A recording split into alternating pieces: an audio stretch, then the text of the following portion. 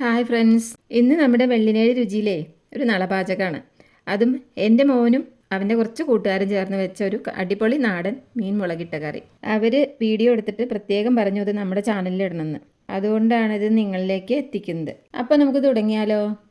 ആദ്യം കുറച്ച് ചെറിയ ഉള്ളി, പച്ചമുളക്, കറിവേപ്പില എന്നിവ നല്ല വെളിച്ചെണ്ണയിൽ വഴറ്റിയെടുക്കാം.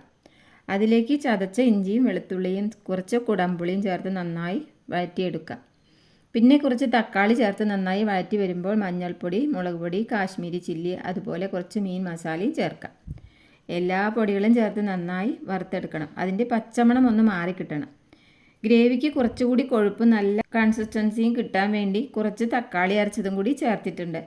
ഇനി ആവശ്യത്തിന് വെള്ളം ഒഴിച്ച് നല്ലൊരു ഗ്രേവിയാക്കി തിളപ്പിച്ചെടുക്കാം. ആവശ്യത്തിനുള്ള ഉപ്പ് ചേർക്കാൻ മറക്കരുതേ.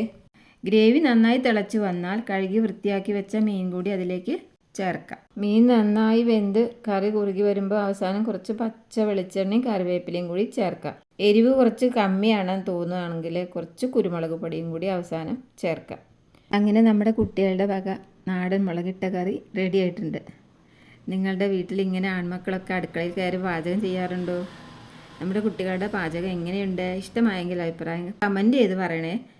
ഇനിയും നല്ല നാടൻ രുചികളുമായി വീണ്ടും കാണാം.